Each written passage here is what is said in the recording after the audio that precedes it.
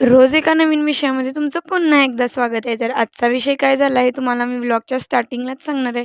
तर चला तर मग आधी आपला व्लॉग स्टार्ट करूया. तर नमस्कार गाईज, मी सिद्धी तुमचं पुन्हा एकदा नवीन व्लॉगमध्ये स्वागत आहे. तर विषय काय झाला आहे मी तुम्हाला आत्ताच सांगते. तर ज्या दिवशी आम्ही बघायला आलो ना मॅच, त्या दिवशी आम्हाला वाटलं की आत्ता खो-खो स्टार्ट झाला आहे, नाहीतर ही सेमीफायनल मॅच चालू असेल. पण थोड्या वेळानं आम्हाला समजलं की आत्ता फायनलच चालू आहे. त्यावेळेला मला खरंच खूप हसू आलं होतं, कारण की मला वाटलेलं की आत्ता मॅच स्टार्ट झाली आहे.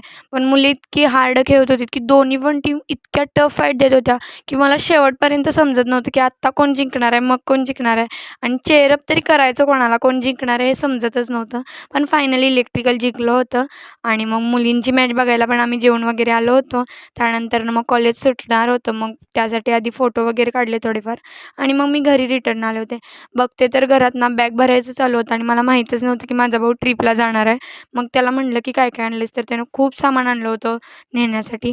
तर तुम्ही गेलायत का कधी शाळेच्या ट्रिपला, मला एकदा कमेंट करून नक्की सांगा.